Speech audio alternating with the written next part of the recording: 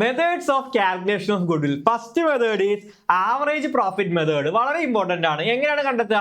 Average profit into number of years of purchase ആണ്. So average profit നമ്മൾ എങ്ങനെ കണ്ടെത്തുന്ന അറിയാലേ? കുറച്ച് ഇയേഴ്സിലെ പ്രോഫിറ്റ് വന്നിട്ടുണ്ടാവും, അത് divide by number of years നമുക്ക് ആവറേജ് പ്രോഫിറ്റ് കിട്ടും. രണ്ടാമത്തെ മെത്തേഡ് എന്ന് പറയുന്നത് എന്താണ്? വെയ്റ്റഡ് ആവറേജ് പ്രോഫിറ്റ് മെത്തേഡ് ആണ്.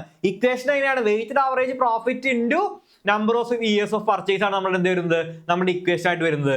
വെയ്റ്റഡ് ആവറേജ് പ്രോഫിറ്റ് എങ്ങനെ കണ്ടെത്തും? നമ്മൾ ഇത്ര ഇയേഴ്സിലെ പ്രോഫിറ്റ് വന്നിട്ടുണ്ടാവും, അതിനൊക്കെ ഓരോ വെയിറ്റ് കൊടുക്കുന്നു ആൻഡ് പ്രൊഡക്റ്റ് കാണുന്നു, total product divide by total weight ചെയ്താൽ നമുക്ക് വെയ്റ്റഡ് ആവറേജ് പ്രോഫിറ്റ് കിട്ടും. സോ അതേ ഇൻറ്റു നമ്മുടെ number of years of purchase ചെയ്താൽ നമുക്ക് എന്ത് കിട്ടും? ഗുഡ്വിൽ കാൽക്കുലേറ്റ് ചെയ്യാൻ വേണ്ടി പറ്റും. മൂന്നാമത്തെ മെത്തേഡ് ആണ് സൂപ്പർ പ്രോഫിറ്റ് മെത്തേഡ്. ഇക്വേഷൻ എങ്ങനെയായിരുന്നു? Super profit into number of years of purchase. എങ്ങനെ സൂപ്പർ പ്രോഫിറ്റ് കാണും? സൂപ്പർ പ്രോഫിറ്റ് ഇക്വേഷൻ എന്ന് പറയുന്നത് actual profit or average profit minus normal profit ആണ്.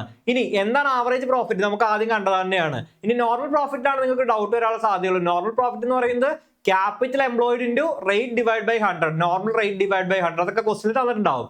അപ്പോൾ ഈ ഒരു മെത്തേഡ് ഉപയോഗിച്ചുകൊണ്ട് നമുക്ക് എന്ത് ചെയ്യാൻ വേണ്ടി പറ്റും?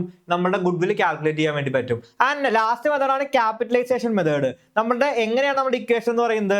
ക്യാപിറ്റലൈസ്ഡ് വാല്യൂ അല്ലെ, capitalised value minus capitalised value minus എന്താണ്?